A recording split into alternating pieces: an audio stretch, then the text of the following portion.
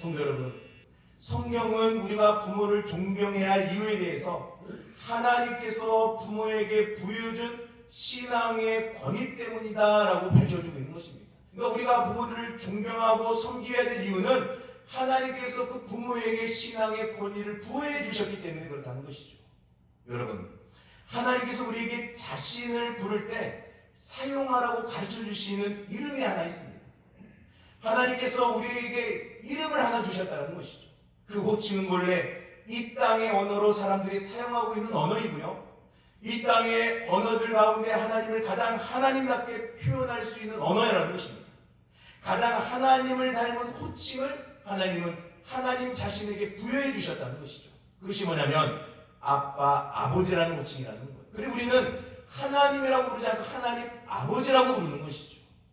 만약 하나님께서 우리에게 그냥 하나님이라고만 부르라고 시켰다면 우리는 하나님을 처음 만나고 이해하고 접근하는 데 있어서 많은 어려움을 겪을 수 있겠죠. 왜냐하면 하나님이라는 단어 속에는 유일신 개념 외에는 달리 느낄 수 있는 의미가 별로 없는 거예요. 마치 심적인 존재만 느낄 수밖에 없다는 것이죠. 그런데 다행히도 하나님께서 우리에게 아버지라는 이름을 주시는 거예요. 아버지라는 호칭 속에서 누가 별도로 가르쳐주지 않아도 이미 많은 것들이 아버지에 대한 향한 마음들, 또 아버지가 나한테 주신 어떤 그런 사랑들을 느낄 수 있는 것이죠. 하나님 아버지께서 나를 얼마나 사랑하시는지를 그 아버지라는 이름을 통해서 깨닫게 해주시더라는 겁니다. 그 아버지는 우리에게 생명을 주신 분이시고요. 그 아버지는 인자하신 분이십니다.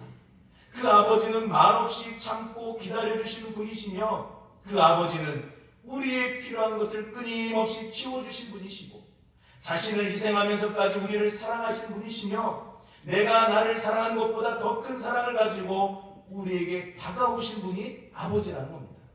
그 아버지는 내 미래를 준비해 두고 계시고 누구보다 나를 위해 모든 위협으로부터 보호해 주신 분이십니다.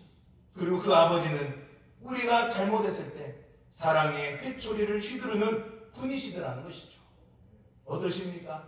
하나님 아버지와 우리 부모님과 많이 닮지 않았습니까? 하나님의 모습과 우리 아버지의 모습이 정말 많이 닮지 않았습니까? 하나님 이와 같은 부모의 형상으로 우리에게 다가오셨다는 거예요.